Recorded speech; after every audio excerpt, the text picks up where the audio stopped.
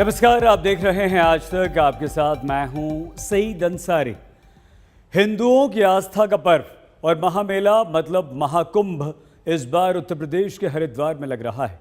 प्रशासन की तैयारियां पूरी हैं, लेकिन अलग अलग राज्यों में फिर से पैर पसारते कोरोना के कारण ये महाकुंभ कई पाबंदियों के बीच इस बार होगा। हरिद्वार महाकुंभ की तैयारियां कैसी हैं, हर रंग और तमाम पहलुओं को समेटे हमारी सहयोगी मीनाक्षी कंडवाल की ये रिपोर्ट।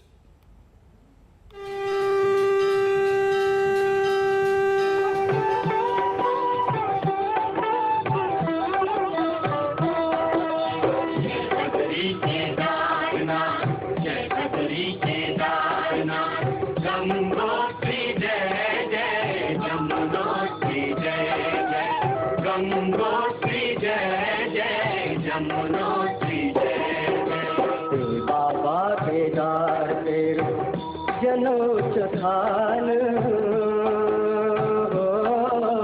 तने उच्चराखी ये देता गुमान, तने उच्चराखी ये देता गुमान।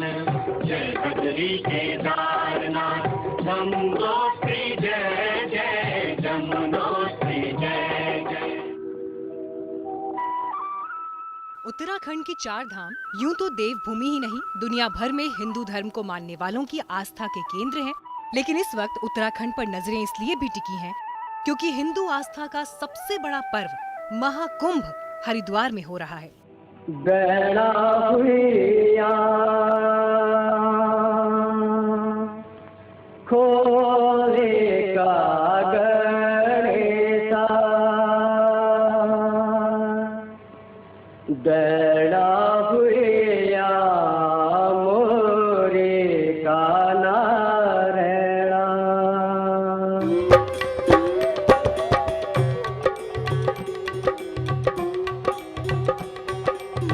पर्वतों का सौंदर्य, गंगा जी का कल कल बहता जल और संतों का सानिध्य पाने के लिए यूं भी देश दुनिया से लोग हरिद्वार ऋषिकेश पहुंचते हैं। लेकिन कोरोना की वजह से कुंभ का स्वरूप कैसा हो, इसे लेकर इस बार कई सवाल थे। आज तक की टीम जब हरिद्वार पहुंची तो कोरोना पर आस्था और विश्वास भारी पड़ता दिखाई दिया।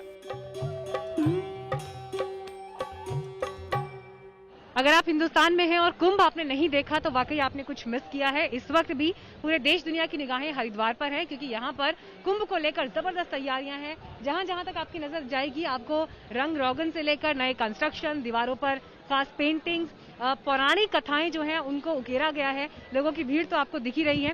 उम्मीद यही कि बड़ी संख्या में यहाँ पर लोग पहुंचेंगे। शाही स्नान जो कि 11 तारीख से शुरू होगा, 11 मार्च को शिवरात्रि है। और आपको अगर हम इस तरफ गंगा घाट की तस्वीर भी दिखाएं तो आपको यहाँ पर भी जो रौनक दिखाई देगी वो बीते सालों से ज्यादा भव्य और खास दिखाई देगी।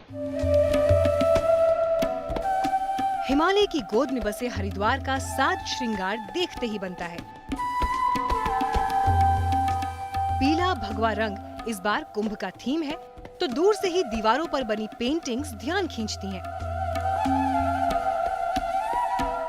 बनारस से आए फाइन आर्ट्स के स्टूडेंट्स का ब्रश न जाने कितने श्रद्धालुओं के अनुभवों और स्मृतियों को रंग से सराबोर करने को तैयार है। तो अभी आप लोगों ने कितना एरिया यहाँ पे पेंट किया और ये सब इस तरह की पेंट? अभी 2-3 जगह इस पार्ट पे हुआ है, अभी 5-6 इस पार्ट पे और करना है। तो ये आप लोगों ने खुद डिसाइड किया कि आप क्या बनाएंगे, या आपको जैसे आपस में मीटिंग्स हुई, डिस्कशंस हुए? डिस्कशन की वजह से कि हम लोग को ये एक सीरीज पे काम करें, जैसे किसी जी को लेके, उनकी बाल लीलाओं के लेके आगे बढ़ाते जा रहे हैं जैसे ऐसे। अच्छा, तो ये पूरी वॉल आपने ड्रॉ की है? नहीं, हम लोग ग्रुप में। कोरोना संक्रमण के बीच दुनिया का सबसे बड़ा मेला आखिर कैसे होगा? तो आपको बता दें कि इस बार भी बहुत कुछ खास है, लेकिन लक्ष्मण रेखा भी खींच दी गई है। 4 महीने से घटकर कुंभ की अवधि सिर्फ 28 दिन है। 1 अप्रैल से शुरू होकर 28 अप्रैल को कुंभ का समापन होगा। 10 साल से कम और 65 साल से बड़े लोग नहीं जा सकेंगे। कुंभ के मेला क्षेत्र में संगठित रूप से भजन की मनाही है। मेला क्षेत्र में संगठित रूप से भंडारे की मनाही है। श्रद्धालु और समूह में स्नान करने का समय केवल 20 मिनट है। मास्क और सोशल डिस्टेंसिंग अनिवार्य है। 72 घंटे पहले तक का नेगेटिव RT-PCR रिपोर्ट जरूरी होगा। शाही स्नान के दिन VIP मूवमेंट पर रोक रहेगी, यानी VIP को भी शाही स्नान के दिन आम लोगों की तरह ही स्नान के लिए आना होगा। कुंभ के लिए कोई स्पेशल ट्रेन या बस नहीं चलेगी। कहीं इतना बड़ा धार्मिक आयोजन अब तक कोरोना पर लगाम लगाए रखने पर पानी ना फेर दे, लिहाजा प्रशासन भी एड़ी चोटी का जोर लगा रहा है। पुलिस प्रशासन से लेकर सामाजिक संस्थाएं और वॉलंटियर्स जमीन पर पसीना बहा रहे हैं। इस बार बहुत उम्मीदें लोगों को ये थी कि कुंभ लगने वाला है, कितना भव्य होगा, कि लोग पहुंच पाएंगे नहीं पहुंच पाएंगे, लेकिन हमारे सामने कोविड संक्रमण की भी चुनौती है। प्रशासन इससे किस तरह से डील कर रहा है और क्या स्पेशल है बीते सालों के मुकाबले? देखिए, इस बार का जो कुंभ मेला है ये बहुत चुनौतीपूर्ण है हरिद्वार के लिहाज से, चाहे क्राउड मैनेजमेंट के लिहाज से या ट्रैफिक मैनेजमेंट के लिहाज से। और हरिद्वार में सदैव ही कुंभ काफ़ी चुनौतीपूर्ण रहा है व्यवस्था के लिहाज से, क्योंकि यहाँ पर एक तो एरिया सर्कुलेशन एरिया बहुत कम है, एंट्री एग्जिट बहुत ही लिमिटेड है। और बाकी जगह पे जैसे प्रयागराज में काफ़ी खुले एरिया में होता है, यहाँ पर ऑलरेडी जो रिहायशी एरिया है, जो परमानेंट आवास है, वहाँ पर होता है, इसलिए चुनौतीपूर्ण है। लेकिन इस बार कुंभ और ज़्यादा चुनौतीपूर्ण हो गया कि कोविड महामारी संक्रमण की वजह से संक्रमण को रोकना और संक्रमण से खुद को, मतलब पुलिस कर्मियों को भी खुद को बचाते हुए संक्रमण दूसरे जगह भी ना फैले, उसकी भी जिम्मेदारी है। निश्चित रूप से एक बहुत अलग परिस्थितियों में इस बार कुंभ का आयोजन हो रहा है। आप जानते हैं कि पिछले लगभग 1 वर्ष से पूरी दुनिया इस कोविड संक्रमण से ग्रसित रही है और इस वजह से कुंभ की तैयारियों पर भी बहुत फर्क पड़ा है। और कुंभ के जो आयोजन का स्वरूप है उसमें भी कहीं ना कहीं एक अलग तरह से प्रशासन को, मेला प्रशासन को तैयारी करनी पड़ी है। भीड़ तो थोड़ा कम है कोरोना की वजह से। हाँ, काफी कम तो नहीं मगर थोड़ी कम है। हाँ, उत्तर प्रदेश में तो करोड़ों की संख्या में थे और हालांकि यहाँ पे भी करोड़ों की संख्या में होते हुए यहाँ सबसे बड़ा जो कुंभ 11 साल का यहाँ हरिद्वार का ही माना जाता है और हिंदू संस्कृति के अनुसार। और उसके बाद में ये कोरोना काल के देखते हुए और फिर वो ग्लेशियर फटने का देखने के बाद में यहाँ पे काफी हद तक मेले का फर्क पड़ गया। कोविड नेगेटिव रिपोर्ट के साथ ही बाहर से आने वाले श्रद्धालु कुंभ मेले तक पहुंच पाएंगे। हर की पैड़ी पर भी एंटीजन टेस्ट करने के लिए टेस्टिंग बूथ दिखाई दे रहे हैं। हरिद्वार से मीनाक्षी कंडवाल के साथ आज तक ब्यूरो। प्रशासन के दावे अपनी तरफ, लेकिन संत समाज को लग रहा है कि हरिद्वार महाकुंभ सिर्फ नाम का कुंभ रह गया है। उत्तराखंड सरकार की ओर से पहले हरिद्वार में कुंभ की अवधि 1 महीना रहने की बात कही गई थी, लेकिन हाईकोर्ट के कहने और संतों से बातचीत के बाद अब ये 2 दिन और घटाकर 28 दिन कर दी गई।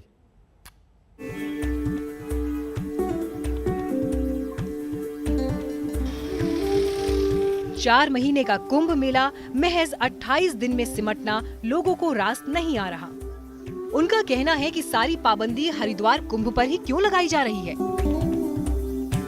क्यों यहीं हो रहे हैं कुंभ में बाहर से आने वाले श्रद्धालुओं पर तमाम तरह की सख्ती बरतकर हिंदुओं की आस्था से खिलवाड़ क्यों किया जा रहा है? कोविड के कारण बाकी कार्यक्रम तो हो रहे हैं, रैलियां, अब किसान आंदोलन है, देखिए कितना बड़ा हो रहा है। हम भी है, उनकी भावना से अवगत है।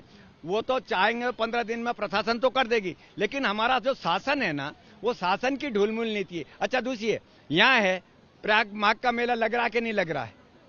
आपका वृंदावन में कुंभ लग रहा कि नहीं लग रहा? यूपी गवर्नमेंट क्यों करवा रही है? यहाँ तो हमारे तीनों अणियों के यानी कि घेराबाड़ी भी नहीं हुई है। कुंभ आता है 12 साल में आता है, हरिद्वार का कुंभ 11 साल में पड़ रहा है। लोगों को अपनी गाइडलाइन के अंतर्गत आने देना चाहिए और कुंभ दिव्य और भव्य तभी होगा जब यहाँ पर जनता जनार्दन आएगी और साधु संत आएंगे। प्रयागराज में 2019 में हुए कुंभ की भव्यता का अंदाजा इसी बात से लगाया जा सकता है कि वहां 12 करोड़ से ज्यादा श्रद्धालु पहुंचे थे। प्रयागराज कुंभ में 4 विश्व रिकॉर्ड बने थे। ये चारों रिकॉर्ड सफाई, टॉयलेट्स की संख्या, सबसे ज्यादा बस चलाने और हाथों की उंगलियों की छाप से जुड़े थे। लेकिन चमोली आपदा के साए में हो रहे हरिद्वार कुंभ पर्व में भव्यता को लेकर प्रशासन की अपनी मजबूरियां हैं। चमोली में आई प्राकृतिक आपदा ने यहाँ पर कुंभ अथॉरिटीज और जो लोग यहाँ पहुँच रहे हैं, यहाँ के स्थानीय लोग हैं, उन सबके मन में चिंता पैदा कर दी। क्योंकि याद करिए 2013 में यूं ही केदारनाथ आपदा आई थी और उस समय यात्रा सीजन चल रहा था, और जिस तरह की घटना चमोली में हुई उसके बाद भय यही था कि कहीं कुंभ पर इसका कोई संकट तो नहीं आएगा। बेशक संत समाज मांग कर रहा है कि उत्तर प्रदेश जितना भव्य और दिव्य कुंभ हो, लेकिन चुनौतियां 3 बड़ी हैं: राज्य की भौगोलिक स्थिति, कोविड संक्रमण और राज्य के पास उपलब्ध संसाधन। सिर्फ 28 दिन के कुंभ को लेकर नाराजगी स्थानीय व्यापारियों में भी दिखाई दी। काम कोरोना की वजह से पहले से ही 1 साल चौपट रहा। कुंभ के आयोजन से कारोबार पटरी पर आने की उम्मीद थी, लेकिन कुंभ 4 महीने की जगह 28 दिन हो जाने से वो भी टूट गई। कोरोना के दौर में भीड़भाड़ से बचने और कोरोना के बढ़ते मामलों की वजह से इससे पहले कांवड़ यात्रा रद्द कर दी गई थी और अब सीमाओं में रहते हुए कुंभ का आयोजन हो रहा है। लेकिन इस बात से इनकार नहीं किया जा सकता कि एक बार फिर से बढ़ते कोरोना के मामले डरा रहे हैं। ऐसे में जरा भी लापरवाही किसी बड़े संकट को न्योता दे सकती है। हरिद्वार से मीनाक्षी कंडवाल के साथ आज तक ब्यूरो।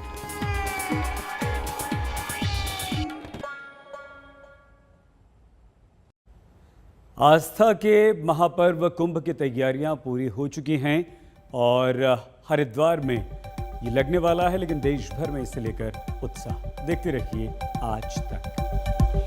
नमस्कार, मैं हूं अंजना ओम कश्यप। हमें उम्मीद है ये वीडियो आपको पसंद आया होगा। लेटेस्ट खबरों के लिए यूं ही देखते रहिए आज तक और इस वीडियो के पसंद आने पर लाइक, शेयर एंड सब्सक्राइब करना ना भूलें।